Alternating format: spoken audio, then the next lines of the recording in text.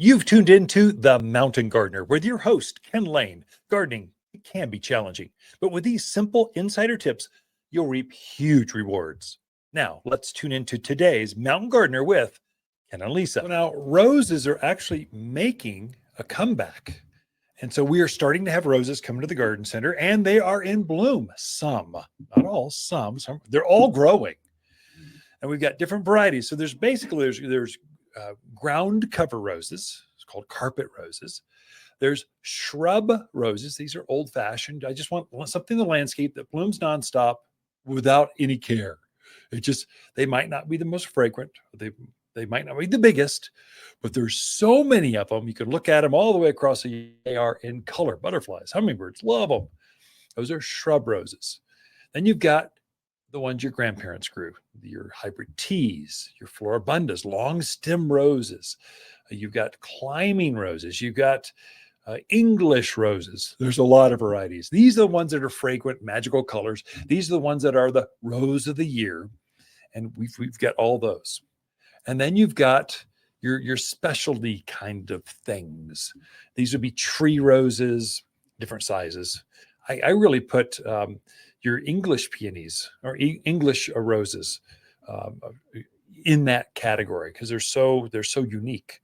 Climbing, your climbing roses. Right now we've got in bloom the climbing tombstone rose or Lady Banks rose. So in Arizona we call it tombstone because there's a 150-year-old Lady Banks rose planted in the middle of town. It's just huge, magnificent. It looks like a tree. It's magnificent. The rest of the world calls it Lady Banks. It's a thornless, evergreen rose that's pretty. The flowers are smaller. There's a lot of them, but it's mainly soft and it's pretty. It grows fast and it's a climber. Oh my gosh. Here's what you'll find with roses in the local area. We've had roses here at Waters Garden Center in Prescott. We've had roses since February. They've been dormant. So you'll see them, and we planted them last year. They're fully rooted in peat pots. So these fiber pots, they're made to go on the ground. You get some exotic colors, the newer varieties you get then, but they're not in bloom. Here in 2 weeks, I'll have 1,000 roses. But the last week in April, I'll have 1,000 roses show up all in bloom. You'll know it's time. We try to schedule it so that we're for sure out of the risk of frost, because the frost won't harm the rose bush, but it will take the flower. And so I don't want to invest 1,000 roses. That's a lot of money, a lot of plants. So the frost could take away the flower the next night. So I'll wait. We time it. Now, generally here in Prescott, it's going to be the last week in April.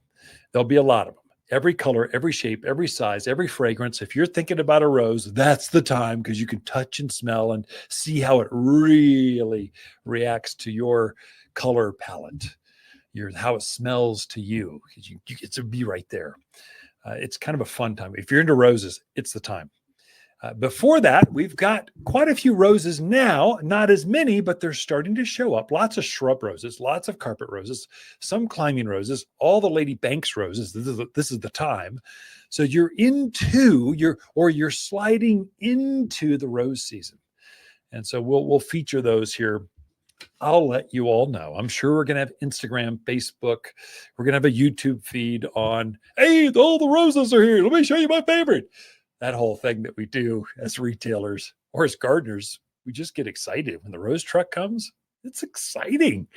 So this week, the garden class is fruit and vegetables. Next week, I think it's on flowers or lilacs or something. But every Saturday at 9:30, we have a garden class. They're free. Please join us. Come in. Throughout the week, Lisa and we camp here at Waters Garden Center. We love talking to fans of the show. Waters Garden companion plants of the month are lilac, poppy, purple plums, and our songbird columbine. This graceful beauty dances in the shade of the garden, holding its head high, smiling back at you. This bloomer comes back each spring with lacy green foliage, promptly followed by amazing two-tone flowers. An excellent cut flower that is both deer and rabbit resistant. So hardy, some varieties naturally call Arizona home. Songbird columbine can only be found at Waters Garden Center in Prescott. For a more fruitful garden, increased success in the landscape that just feels better, then tune in daily to the Mountain Gardener podcast. Subscribe through your favorite podcast streamer or visit watersgardencenter.com. Better yet, visit me directly right here at Waters Garden Center. Thanks for tuning in.